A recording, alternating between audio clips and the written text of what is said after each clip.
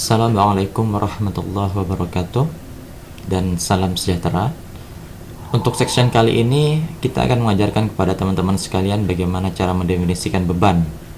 Jadi beban-beban apa saja yang akan kita gunakan dalam analisa e-tabs ini harus kita definisikan terlebih dahulu.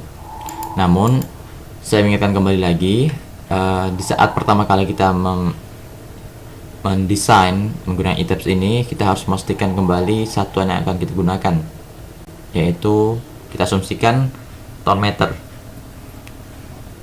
Oke, perhatikan dengan seksama.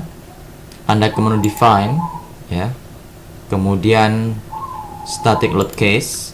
Kita asumsikan kita menggunakan beberapa beban, ya. Untuk mengenai beban date ini, saya hanya menginformasikan bahwasanya ada dua versi. Jadi para praktisi menggunakan dua versi. Yang versi pertama, mereka menggunakan beban date ini sebagai satu beban.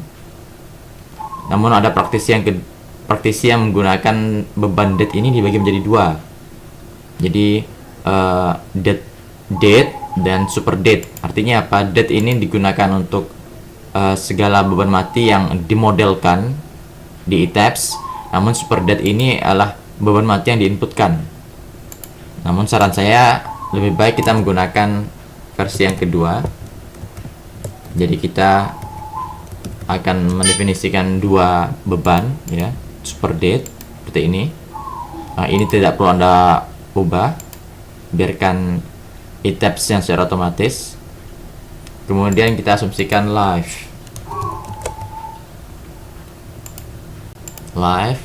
date load. Kemudian kita di beban wind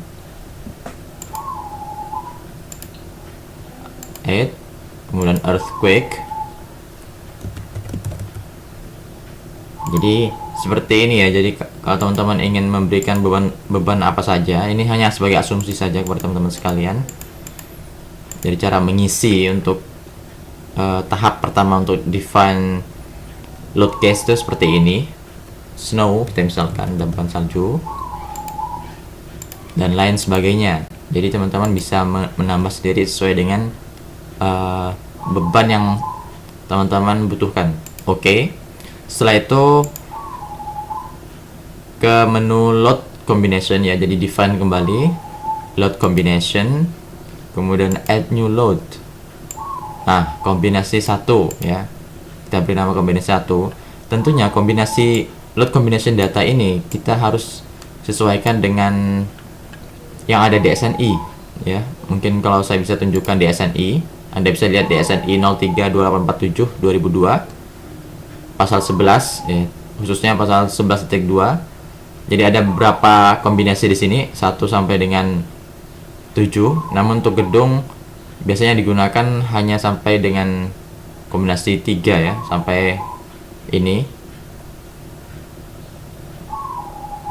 Jadi untuk kali ini saya akan hanya memberikan contoh dua kombinasi yang ini dan yang ini. Jadi yang lainnya tinggal bisa Anda coba sendiri nanti. 1,4 date. Oke. Nah, berhubung date beban mati ini kita bagi menjadi dua, berarti kita masukkan dua kali untuk beban date-nya. Add kemudian super date. Oke, jadi ini artinya 1,4 date load untuk beban pertama, untuk kombinasi pertama. Date dan super date. Yang ini nilai kombinasi, nilai koefisiennya. Koefisien yang ada di sini. 1,4 date.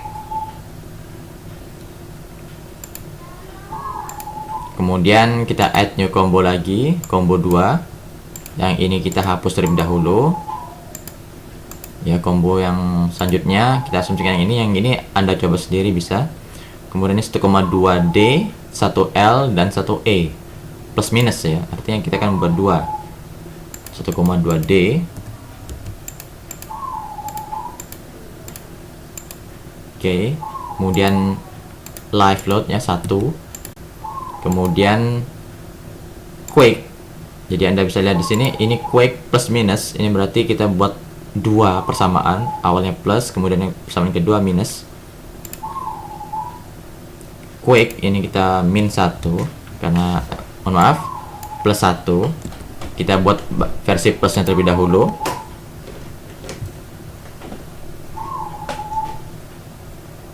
Oke. Kemudian combo 3 ya sama seperti combo 2, namun perbedaannya hanya nilai koefisiennya sini. Min 1 modify. Oke, jadi 1,2 dead load plus 1 live min 1 quick. Oke. Dan oke. Nah, untuk download contoh kombinasi selanjutnya Anda bisa coba sendiri. Kemudian Anda pilih define response spectrum. Kemudian Anda pilih spectrum from file ya, add new function. Kemudian kita beri nama Aceh karena kita akan menggunakan response spectrum dari Aceh. Browse, kita cari response spectrum Aceh.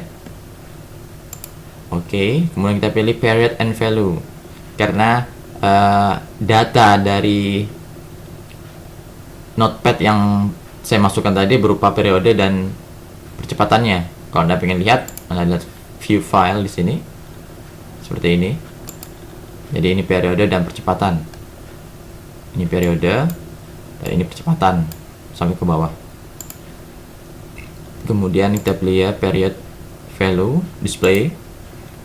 Nah, seperti ini tampilan dari respons spektrum untuk Aceh. Oke, selesai untuk pendefinisian bebannya. Kemudian untuk define, kita beri Anda pengetahuan lanjut juga mengenai time history function. Ini hanya sebagai perkenalan, jadi respons spektrum sama time history hanya sebagai pengenalan untuk Anda, karena ini akan dipelajari untuk tingkat lanjut. Time history ya, kita pilih from file juga, add new, kita beri nama El Centro misalkan.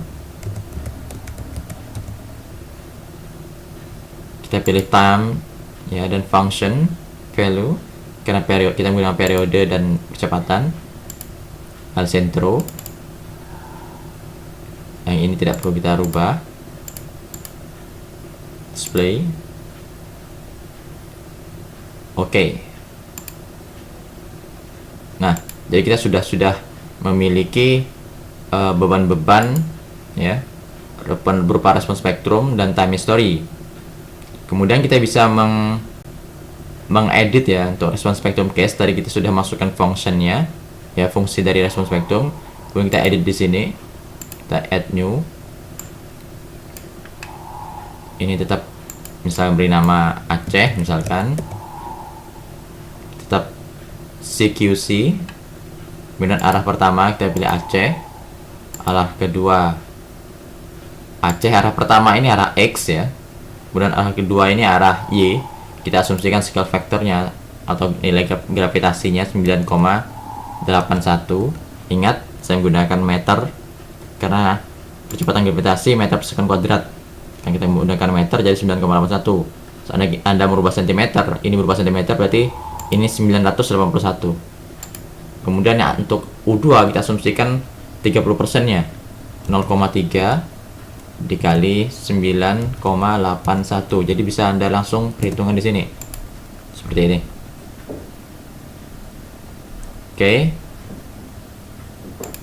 Oke, selesai. Untuk respons spektrum Anda sudah punya fungsinya. Jadi ini untuk kita masukkan diagram fungsi. Kemudian ini sudah spektrum case-nya, load-nya sudah kita definisikan. Jadi untuk time history ya. Oke, untuk define time history Anda klik add new case ya, kemudian Anda klik misalkan El Centro. Kemudian ini linear, ini sesuai dengan yang analisa linear atau non linear yang kita gunakan. Namun untuk kali ini hanya sebagai perkenalan saja. Kita hanya menggunakan linear ya. Jadi untuk video tutorial ini hanya untuk pemula. Jadi tujuan saya menjelaskan kepada Anda tentang respons spektrum dan time history dalam mendefinisikan bebannya ini hanya sebagai perkenalan Anda saja. Untuk selanjutnya Anda harus belajar tingkat lanjut. Oke, kemudian Anda pilih load acceleration direction 1 kali centro, ya kita pilih fungsinya. Ini berhubung hanya ada satu fungsi time history, tapi cukup pilih satu. Kemudian kita ketik percepatannya, add, kemudian arah 2, ini 30% ya, dikali 3, add, seperti ini. Kemudian damping kita asumsikan 0,05. Oke dan oke. Nah, untuk pendefinisian beban untuk analisa sederhana statik Anda ya. Jadi hanya cukup demikian. Jadi Anda static load, saya ulangi lagi, Anda definisikan terlebih dahulu, kemudian Anda pilih load combination-nya, Anda buat kombinasi sesuai Anda inginkan. Kemudian untuk misalkan Anda untuk respon spektrum seperti yang saya jelaskan sebelumnya. Kemudian ini untuk membuat atau menentukan fungsi dari time history. Setelah Anda tentukan fungsi dari kedua ini, Anda definisikan bebannya melalui dua ini, respon spektrum case ya, seperti tadi. Kemudian untuk time history seperti ini. Dan selanjutnya yang terakhir untuk pendefinisian beban ini yang harus Anda cermati adalah mass source-nya. Jadi Anda define mass, jadi ini massa ya. Jadi massa apa saja yang akan dihitung sama pembebanan. Anda pilih from self and specific mass and load. Anda pilih super date ya. Ketik 1. Kemudian life Anda ketik 0,4 karena koefisien untuk beban hidup saat gempa 0,4, ada versi 0,3. Jadi Anda dicek lagi nanti nilai ininya berapa. Add. Nah, kenapa D tidak dimasukkan padahal sama-sama beban mati? Jadi yang kita masukkan hanya super date. Inilah fungsi dari metode yang kedua tadi, yang saya bilang ada dua praktisi yang menggunakan definisi beban date. Jadi untuk kali ini kita menggunakan dua definisi beban date dan super date. Nah, fungsinya di sini. Jadi oke dulu ya, saya jelaskan kembali. Saat static load case ya, nilai date ini sudah saat nilai 1. Ini artinya apa? Di saat perhitungan apapun, date otomatis akan dihitung. Pasti akan dihitung.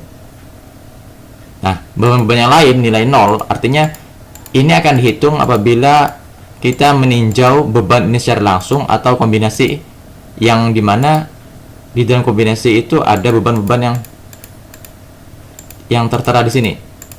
Namun kalau date, karena nilainya ini 1, meskipun dia tidak ada dalam kombinasi, dia secara otomatis sudah akan terhitung. Jadi seperti itu. Makanya saat ini 0 ya, saat mass source-nya saya masukkan. Yang date saya tidak masukkan karena dia sudah terhitung secara otomatis. Oke. Jadi cukup simpel ya untuk mendefinisikan beban. Jadi saya harap teman-teman sekalian untuk tingkat lanjutnya mungkin bisa mempelajari respon spektrum dan time history lebih detail lagi. Namun untuk sebagai perkenalan, saya pikir sudah cukup ya. Anda bagaimana sudah tahu bagaimana menginputkan fungsi dari respon spektrum dan time history, kemudian mendefinisikan bebannya. Oke, untuk pembebanan saya pikir cukup sampai di sini untuk level pemula. Saya harap Anda tidak melompat ke section selanjutnya sebelum Anda bisa menguasai section ini dan section sebelumnya. Oke, belajar dengan giat. Terima kasih. Assalamualaikum warahmatullahi wabarakatuh.